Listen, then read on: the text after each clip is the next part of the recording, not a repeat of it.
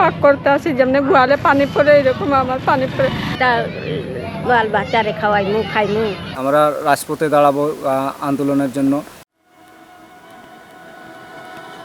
চা শ্রমিকদের বকেয়া মজুরি পরিশোধ ও বিভিন্ন দাবিতে প্রায় ৩ মাস বন্ধ রয়েছে ন্যাশনাল টি কোম্পানি লিমিটেডের সবকটি বাগানের চা উৎপাদন। তবে বৃহস্পতিবার থেকে কাজে যোগ দেওয়ার সিদ্ধান্ত নিয়েছেন শ্রমিকরা। বৈঠকের সিদ্ধান্তগুলো হলো, বৃহস্পতিবার কাজে যোগ দেওয়ার প্রথম দিন শ্রমিকদের 2 সপ্তাহের বকেয়া মজুরি দেওয়া হবে। মাসিক বেতনধারী শ্রমিকদের 1 মাসের বেতন দেওয়া হবে। এখন থেকে শ্রমিক কর্মচারীদের বেতন নিয়মিত পরিশোধ করা হবে। যদি আমাদের এই বকেয়া মজুরি দ্রুত না দেওয়া হয়, তাহলে আমরা আগের মতো আমাদের যে মজুরি দাবির জন্য যে আমরা আন্দোলন করেছিলাম সেই রকম আমরা আবার পথে দাঁড়াবো আন্দোলনের জন্য। আমরা রাজপথে দাঁড়াবো আন্দোলনের জন্য যত পর্যন্ত আমাদের এই মজুরি বকেয়া পরিশোধ না করে। বাগানের কর্মচারীদের 20 ডিসেম্বরের মধ্যে 1 মাসের বেতন দেওয়া হবে। বাগান বন্ধের দিনগুলোতে চা শ্রমিকদের রেশন কাটা হবে না। বোনাস ও বার্ষিক ছুটির দিন গণনার ক্ষেত্রে বাগান বন্ধের দিনগুলো অনুপস্থিত দেখানো হবে না। আমার মেয়ে কাজ করে মজুরি 5 সপ্তাহ তো দেয় না, বোনাস কোনো দেয় না। শ্রমিক যারা কাজ করে চা বাগানে, তারা আজকে মনে হয় 7 সপ্তাহ ধরিয়া রানিং টাকা পয়সা পায় না।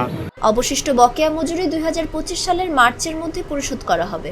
একই সঙ্গে 2025 সালের 7 এপ্রিলের মধ্যে প্রভিডেন্ট ফান্ডের বকেয়া চাঁদা পরিশোধ করা হবে। 5-6 সপ্তাহ হিসেবে বাবু 1 সপ্তাহ দিছে, এই সপ্তাহ বাকি 5 সপ্তাহ বাকি আছে। আমরা কি তা বাল বাচ্চারে খাওয়াইমু খাইমু, মাজন থাকি গাইল শুনিয়া খানিপিনির জন্য অনেক কষ্ট পাইতেছি। ঘর বাড়িও ভাঙ্গা, পরের ঘরে গিয়া ঘুমায়, কেউ এলাও করে না বাগানের। ভিজা বানাইতে আসি, পাক করতে আসি, যেমনি গোয়ালে পানি পড়ে এরকম আমার পানি পড়ে। সাহেব বাবুরে দেখাইছি যে কেউ এলাও করছে না, দেখিয়া গেছে, বাকি কই যে কোম্পানি দিলে না, তুমি OCDC-রে জানাও।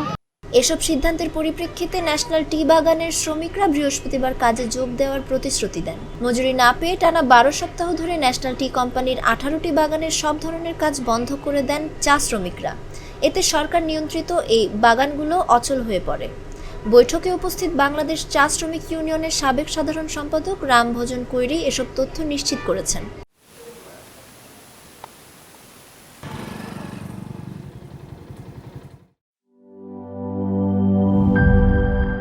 র্যাকটা তো অনেক সুন্দর।